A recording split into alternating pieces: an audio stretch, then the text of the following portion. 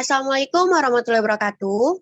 Perkenalkan, kami dari kelompok 6 Flowchart Sistem Manajemen Layanan Khusus. Kami terdiri dari saya sendiri, Rizky Amelia, sebagai moderator, dan Refti Putri sebagai pemateri, lalu ada Fajar Ramadhani sebagai pemateri. Nah, langsung saja kepada Saudari Refti Putri untuk menjelaskan sistem layanan perpustakaan. Baik, terima kasih moderator atas kesempatannya. Sebelumnya, apakah suara saya terdengar jelas? Apakah suara saya jelas, moderator? Fajar, apakah suara saya jelas? Jelas, Ref. Baik, di sini saya akan menjelaskan sistem layanan perpustakaan. Nah, sistem layanan perpustakaan itu dimulai dari menganalisis kebutuhan.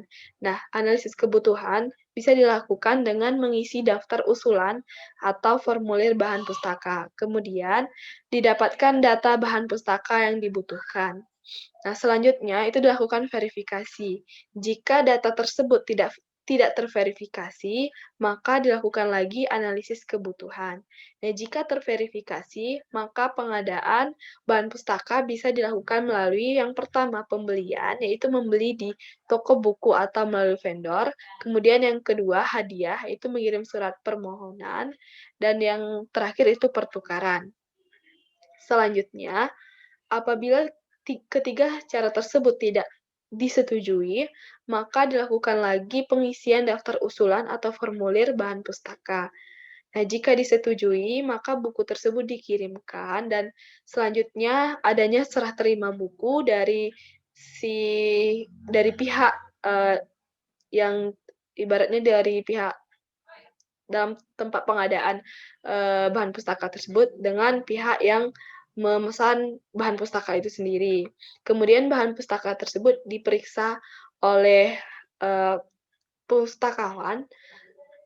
Jika terdapat kesalahan seperti misalnya bahan pustaka yang rusak atau robek, maka dilakukan pemeriksaan bahan pustaka lagi. Nah, jika ada kesalahan dalam penghitungan atau penghitungan, maka dilakukan pemeriksaan bahan pustaka lagi. Nah, jika tidak adanya kesalahan, maka dilakukan inventarisasi bahan pustaka, kemudian dilanjutkan dengan klasifikasi bahan pustaka, kemudian setelah klasifikasi dilanjutkan dengan katalogisasi, kemudian shelving atau penyusunan buku tersebut pada di perpustakaan sesuai dengan aturan tertentu. Kemudian buku tersebut sudah siap untuk dipinjamkan.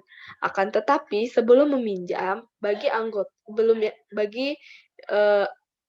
yang belum terdaftar sebagai anggota dari perpustakaan tersebut harus melakukan pendaftaran anggota terlebih dahulu, baru bisa melakukan penelusuran melalui OPAK atau sistem perpustakaan itu sendiri. Jika sudah terdaftar sebagai anggota, maka langsung saja ke penelusuran bahan pustaka yang ingin dicari melalui OPAK. Jika sudah didapatkan informasi-informasi mengenai daftar pustaka yang kita cari tersebut sudah didapatkan di mana letaknya, nomor berapa, bagian apa, jenis apa, maka langsung ke penelusuran ke rak buku. Kemudian ke bagian sirkulasi. Nah, di sini kemudian pengecekan data peminjaman. Nah, jika pada data peminjaman ini terdapat bahwasanya mahasiswa, sini saya contohkan mahasiswa terlambat dalam proses pengembalian buku sebelumnya, maka harus harus membayar denda keterlambatan, baru bisa diinput data peminjaman tersebut atau data pengembaliannya, distempel, kemudian baru serah terima buku. Nah, jika tidak adanya keterlambatan dalam pengembalian, maka bisa dilakukan input data dan kemudian distempel dan serah terima buku. Kemudian selesai. Baik, di sini saya akan melanjutkan mengenai sistem layanan laboratorium. Nah, layanan laboratorium itu dimulai dari mengidentifikasi jumlah peralatan yang dibutuhkan, kemudian mengisi format pengadaan yang dibutuhkan, Kemudian memverifikasi daftar pengadaan sesuai dengan rencana anggaran. Nah, apabila tidak disetujui, maka perlu dilakukan lagi verifikasi daftar pengadaan sesuai rencana anggaran. Nah, jika disetujui, maka subbagian keuangan mengeluarkan dana dan memberikan kepada laboratorium itu sendiri untuk membeli peralatan laboratorium, baik itu melalui rekanan. Nah, jika tidak disetujui, maka laboratorium bisa membeli ulang peralatan laboratorium melalui rekanan. Nah, jika disetujui, maka peralatan tersebut diterima dan diperbarui daftar inventaris tersebut. Selanjutnya, untuk operasional laboratorium, apabila mahasiswa meminjam labor, maka perlu dibuat surat permohonan peminjaman yang diajukan kepada kepala laboratorium. Kemudian surat tersebut diperiksa. Jika disetujui, maka diserahkanlah surat permohonan tersebut kepada laboran, kemudian laboran menerima surat permohonan peminjaman, kemudian menyiapkan alat yang dipinjam. Nah, alat tersebut sudah disiap dan diserahkan kepada mahasiswa selaku peminjam labor tersebut, kemudian menggunakan alat. Jika sudah selesai, maka melaporkan dan mengembalikan alat. Kemudian laboran menerima dan memeriksa kondisi alat tersebut, alat yang dipinjam mahasiswa tersebut. Jika kondisi alat tersebut baik, maka pengembalian alat dilakukan. Maka pengembalian alat yang dipinjam dilakukan, kemudian selesai.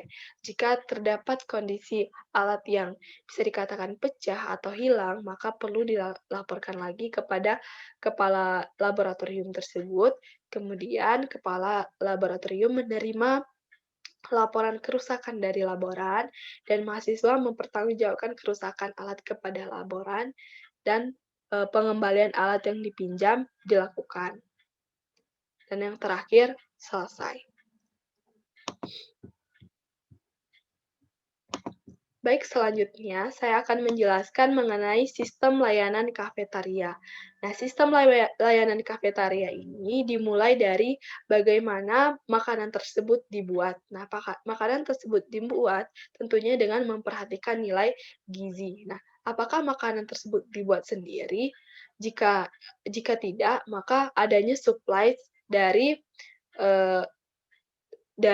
pihak yang lain, atau dari orang lain yang menitipkan makanan di kafetaria atau kantin sekolah itu. Nah, jika dibuat sendiri, maka makanan tersebut disiapkan, diperiksa kualitas makanan tersebut dengan memperhatikan nilai gizi. Apabila kualitas tersebut tidak baik, maka perlu dilakukan lagi pembuatan makanan dengan tetap memperhatikan nilai gizi. Jika kualitas tersebut baik, maka penjual bisa menyediakan makanan tersebut untuk dijualnya. Kemudian pembeli memesan makanan atau minuman. Setelah dipesan, penjual menyajikan makanan atau minuman yang dipesan oleh pembeli. Nah, jika pesanan tersebut tidak sesuai dengan yang dipesan oleh pembeli, maka pembeli bisa memesan ulang makanan atau minuman tersebut. Kemudian jika penjual membuatkan tagihan, kemudian pembeli membayar tagihan tersebut, nah makanan atau minuman tersebut diterima oleh pembeli yang memesan orderan tersebut, dan kemudian selesai. Mungkin sekian saja penjelasan dari saya mengenai sistem layanan perpustakaan, laboratorium, dan kafetaria. Saya kembalikan kepada moderator. Baiklah, terima kasih kepada Saudari Repti yang telah menjelaskan sistem dari manajemen layanan khusus tadi. Selanjutnya, baiklah, di sini dapat kita lihat ada sistem layanan khusus. Dapat kita mulai dari identifikasi kebutuhan UKS. Nah, setelah identifikasi kebutuhan UKS, diperlukannya data untuk kebutuhan dari UKS tersebut. Nah, lalu dilanjutkan dengan mengajukan kebutuhan UKS kepada puskesmas. Nah, setelah itu ada persetujuan iya atau tidaknya. Jika tidak, dikembalikan lagi kepada pengajuan kebutuhan UKS kepada puskesmas. Nah, jika iya, puskesmas menerima ajuan dari sekolah, lalu dilanjutkan dengan menyiapkan alat yang dibutuhkan. Setelah disiapkannya alat yang dibutuhkan, maka alat siap dikirimkan. Nah, lalu dilanjutkan dengan mengirim alat ke sekolah, dan setelahnya membuat surat serah terima alat. Lalu ada UKS beroperasi atau operasi UKS. Nah, di sini ada persetujuan dari kegiatan rutinnya. Ada iya atau tidak. Nah, tidaknya ini, jika siswa masuk UKS, maka langsung saja pemeriksaan fisik. Nah, kegiatan rutin yang iya, siswa atau tamu mengisi buku tamu atau daftar hadir di UKS. Lalu seperti biasa, mengukur tinggi badan dan berat badan. Lalu dilanjutkan dengan pemeriksaan fisik. Nah, jika siswa sakit, di sini ada persetujuan lagi, iya atau tidak. Jika tidak, siswa tidak sakit, maka siswa bisa kembali ke kelas dan selesai. Jika iya, maka diberi pertolongan pertama dan pemberian obat. Lalu, siswa bisa pulang lalu selesai. Nah, tapi jika keadaan darurat, keadaan darurat, di sini ada sistem gawat darurat. Maaf, saya lanjutkan. Jika di sistem gawat darurat ini, iya, siswa sakit, makanya. Nah, di sini dapat kita lihat ada sistem layanan asrama sekolah. Dapat kita mulai dari siswa masuk ke dalam asrama. Bukan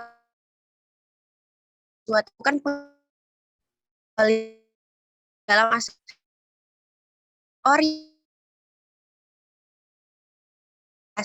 Dilakukannya aktivitas rutin selama 1 tahun. Ini pemeriksaan atau adaptasi terhadap lingkungan asrama. Lalu, diadakannya sholat subuh berjamaah. Setelah sholat subuh berjamaah, maka kegiatannya dilanjutkan dengan membaca Al-Quran. Nah, setelah membaca Al-Quran, di sini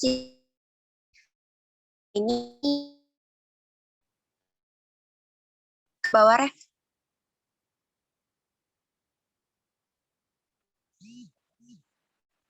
Nah, jika terlaksana, maka dilanjutkan dengan setelah membaca Al-Quran, dilanjutkan dengan sarapan pagi, lalu belajar seperti kegiatan biasa, lalu dilanjutkan dengan kembali ke asrama, melanjutkan kegiatan selama di asrama, lalu siswa telah selesai di asrama, maka selesai. Nah, jika tidak terlaksana, ke atas, Ref. Jika tidak terlaksana, maka dipanggil guru piket asrama atau penanggung jawab di dalam asrama tersebut, lalu diberi peringatan dan diberikan sanksi. Lalu seperti biasa kegiatan belajar, kembali ke asrama, melanjutkan kegiatan selama di asrama, siswa telah selesai asrama. Di sini Saudara Fajar Ramadhani. Kepada Fajar Ramadhani dipersilakan. Sebelumnya terima kasih saya ucapkan kepada moderator telah mengizinkan saya untuk menjelaskan tentang sistem layanan khusus peribadatan sekolah, masjid atau musola. Layanan dimulai dari yaitu identifikasi kebutuhan masjid atau musola. Dari identifikasi kebutuhan tersebut, maka dibuat karena mengenai kebutuhan apa saja yang dibutuhkan untuk layanan masjid atau musola tersebut. Setelah itu diajukan kepada kepala sekolah melalui wakil kepala sekolah bidang Satpras mengenai kebutuhan untuk layanan peribadatan sekolah. Setelah itu meminta disetujui sekolah. Jika tidak disetujui oleh kepala sekolah, maka eh, kita wajib untuk mengajukannya kembali kepada kepala sekolah, wakil kepala sekolah bidang Sapras tersebut. Jika pengajuan ulang sudah disetujui kepala sekolah, maka selanjutnya proposal atau laporan mengenai kebutuhan dan peribatan sekolah akan berikan kepada sekolah untuk mengeluarkan dana. Dana telah dikeluarkan oleh bendahara sekolah, maka kebutuhan-kebutuhan tadi akan dibeli peralatan yang dibutuhkan. Setelah peralatan kapan yang sudah tersedia,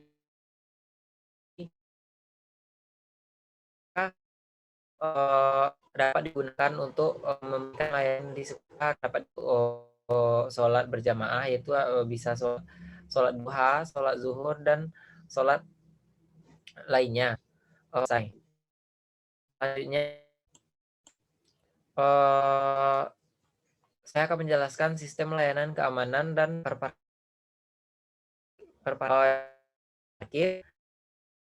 Dari parkir kita menentukan akan diparkirkan. Ada 2 jenis kendaraan. Pertama, kendaraan motor atau mobil. Jika kendaraan motor atau mobil, maka contohnya seperti akan diparkirkan sesuai dengan area parkir sepeda. Parkir sepeda tidak termasuk di area parkir mobil,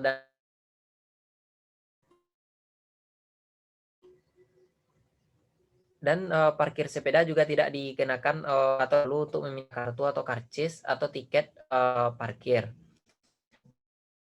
Selesai. Jika kendaraan kita itu motor, adanya kendaraan selanjutnya itu apakah kendaraan kita itu motor atau mobil. Jika kendaraan motor diparkirkan di sebelah kiri area parkir, sedangkan kendaraan area setelah mengetahui mana tempat mana yang untuk di tempat parkir, maka meminta kartu atau tiket atau karcis area parkir. Setelah itu memarkirkan kendaraan. Setelah memarkirkan kendaraan selanjutnya dapat menuju keluar area parkir. Kendaraan, maka kita akan mengambil kendaraan.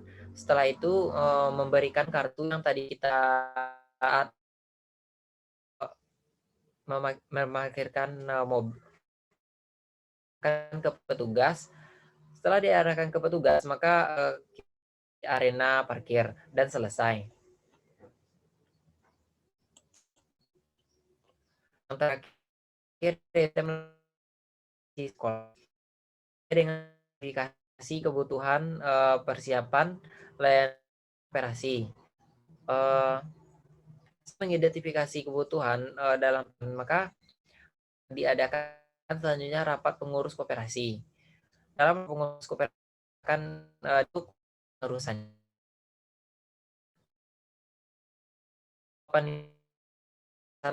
untuk, maka lagi rapat pengoperasian. Setelah mengadakan rapat pengoperasian, kita dapat menentukan sistem pemodelan koperasi seperti apa. Akan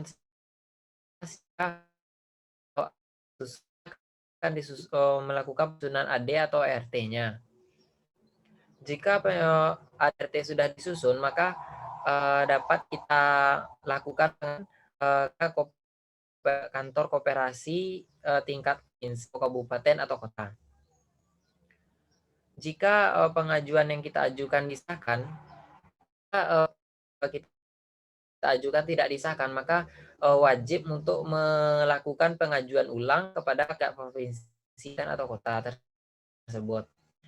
Jika pengajuan disahkan, maka akan menerima bukti tanda terima bahwa ajukan sudah dan mendapatkan tanda bukti.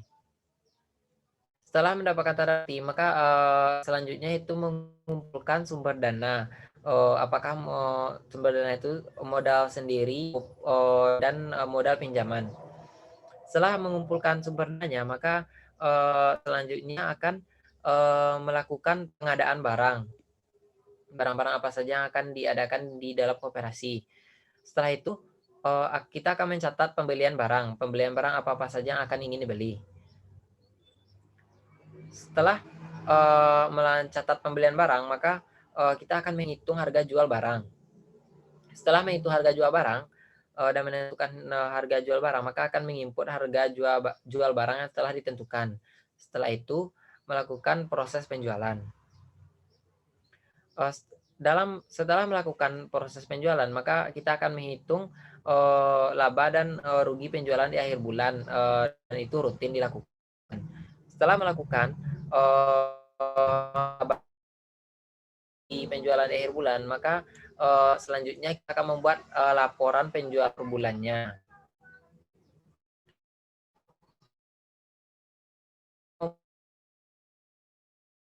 Per bulan, kita akan memberikan sisil usaha ke pengembangan usaha setelah selesai. Hanya ini dapat saya jelaskan. Saya kembalikan kepada moderator. Terima kasih. Baiklah, terima kasih kepada Saudara Fajar Ramadhani telah menjelaskan sistem manajemen layanan khusus berikut. Baiklah, hanya itu yang dapat saya maaf salah kami dari kelompok 6 mengucapkan terima kasih. Wassalamualaikum warahmatullahi wabarakatuh.